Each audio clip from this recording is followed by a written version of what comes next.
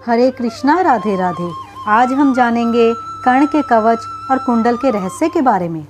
कर्ण पांडवों के बड़े भाई थे। माता कुंती का विवाह पांडु से हुआ था, लेकिन कर्ण का जन्म कुंती के विवाह से पहले ही हो गया था। कर्ण कभी भी किसी को दान देने से पीछे नहीं हटते थे।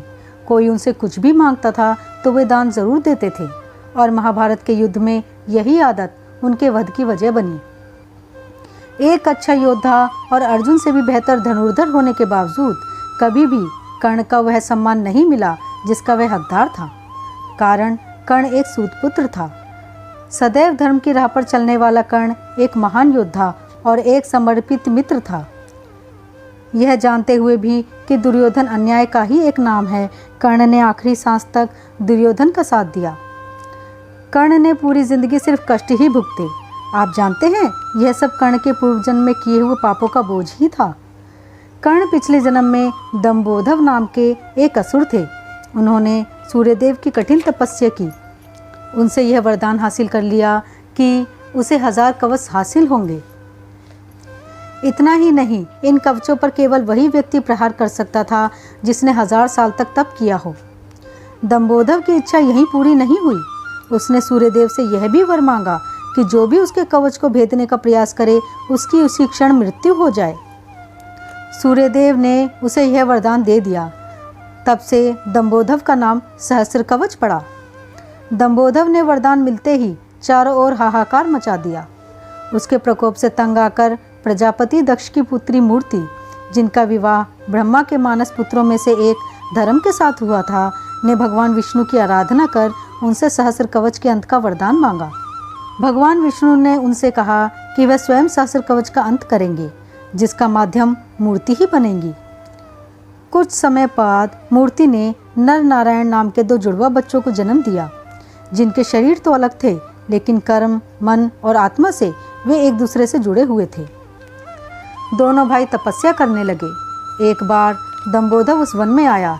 तब उसने एक तेजस्वी मनुष्य को अपनी ओर आते देखा और भय का अनुभव किया। उस व्यक्ति ने कहा कि मैं नर हूँ और तुमसे युद्ध करने आया हूँ। भय होते ही दंबोधव ने हंसकर कहा, तुम मेरे बारे में जानते ही क्या हो? मेरा कवच सिर्फ वही तोड़ सकता है जिसने 1000 वर्षों तक तपस्या की हो। नर ने हंसकर कहा कि मैं और मेरा भाई नारायण एक ही हैं। वह मेरे बदले तप कर रहे हैं और मैं उनके बदले युद्ध कर रहा हूँ। युद्ध शुरू हुआ और सहस्र कवच को आश्चर्य होता रहा कि सच ही में नारायण के तप से नर की शक्ति बढ़ती चली जा रही थी। जैसे ही 1000 वर्ष का समय पूरा हुआ, नर ने सहस्र कवच का एक कवच तोड़ दिया, लेकिन सूर्य के वरदान के अनुसार जैसे ही कवच टूटा, नर मृत होकर गिर पड़े।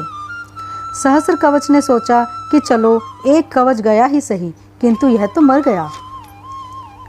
तभी नारायण की तपस्या पूर्ण हुई और उन्होंने नर के पास बैठकर मृत्युंजय मंत्र पढ़ा और नर उठ बैठे। इस बार नारायण ने दंबोधव को ललकारा और नर तपस्या में बैठे। 1000 साल के युद्ध और तपस्या के बाद फिर एक कवच टूटा और नारायण की मृत्यु हो गई। फिर नर ने आकर नारायण को पुनर्जीवित कर दिया और यह चक्र फिर चलता रहा। इस तरह 999 बार युद्ध हुआ।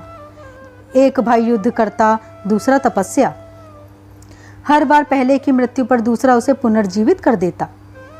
जब 999 कवच टूट गए तो सहस्र कवच युद्ध त्याग कर सूर्यलोक भाग सूर्यदेव की शरणागत हुआ।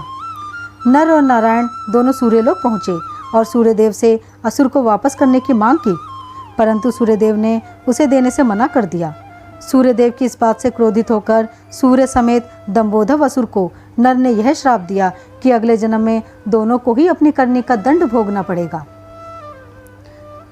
इसके साथ ही त्रेता युग समाप्त हुआ और द्वापर का प्रारंभ हुआ। समय बाद कुंती ने वरदान को जांचते हुए सूर्यदेव का आह्वान किया और कर्ण का जन्म हुआ। कर्ण का पिछले जन्म में एक कवच शेष रह गया था, इसलिए वह कवच कुंडल के साथ पैदा हुआ था। कर्ण सिर्फ सूर्यपुत्र ही नहीं था, बल्कि उसके भीतर सूर्य और दंबोधव दोनों थे। दूसरी ओर नर और नारायण इस बार अर्जुन और कृष्ण के रूप में आए। यदि अर्जुन कर्ण का कवच तोड़ता तो तुरंत ही उसकी मृत्यु हो जाती, इसलिए इंद्र उससे उसका कवच पहले ही मांग ले गए थे। आपको यह जानकारी कैसी लगी कृपया हमें कमेंट बॉक्स में ज़रूर बताएं। हरे कृष्णा, राधे राधे।